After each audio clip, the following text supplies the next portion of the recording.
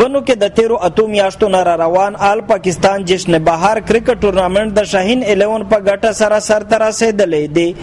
آل پاکستان جشن بهار کرکټ ټورنمنټ د تېرو اتو میاشتو نه بنو اباخیل سیمه کې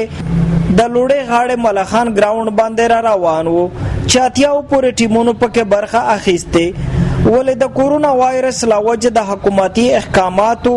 او لوړا خوړ کې د سیلاب راتلو له امله دغه ټورنمنټ ډېر وځنډېدو چې د لاک ډاون ختم کېدو سره سم دغه ټورنمنټ یو ځل بیا شروع شو.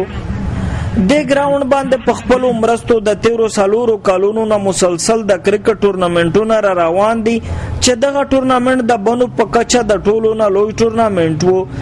حکومت یوه پیسې تاونه در سره کړی میر دا حکومت درخواست دی چې سره فلای دی ګای سره فلای ګراوند دی چې لږ کې تاونه سره پکې کې کم سے کم 4 رولر خو یې کولا یا ترین کې بل ټورنمنټ الحمدلله اس یکم اکتوبر باندې افتتاح دو 80 ټیمونه ایسا نه دی پکې یکم اکتوبر سره دا پسو مند وړي الحمدلله میر ټورنمنټ چلوي دا چلوي چې ان شاء الله الرحمن ټول باندې دا پاته دو. فائنل لوبه کې شاهین الیون ټاکلو نه اورونو کې د 15 لوبغاړو پس وزیدو یو سل اولس منډه جوړ کړي چې په جواب کې وزیرستان سټار ټاکلو اورونو کې یوازې شپږ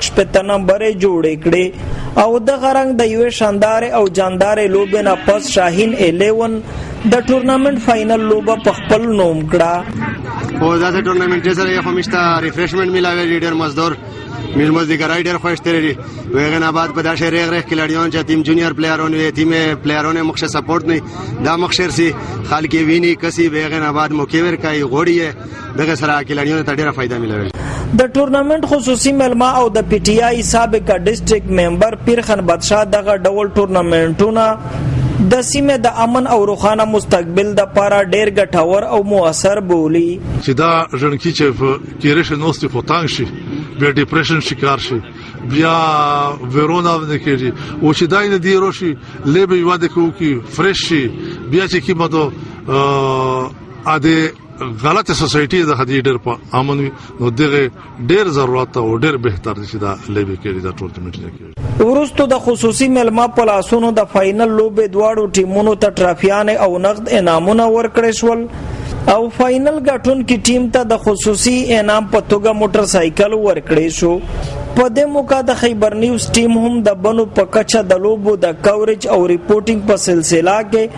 د ټورنمنټ انتظامیه او خلیل سپورټس بنو لخوا د حوصله افزایی په توګه د ټرافی په اعزاز ونځولې شو. د کیمرامین افتاب خان سره ګوهر وزیر، خیبر نیوز، بنو.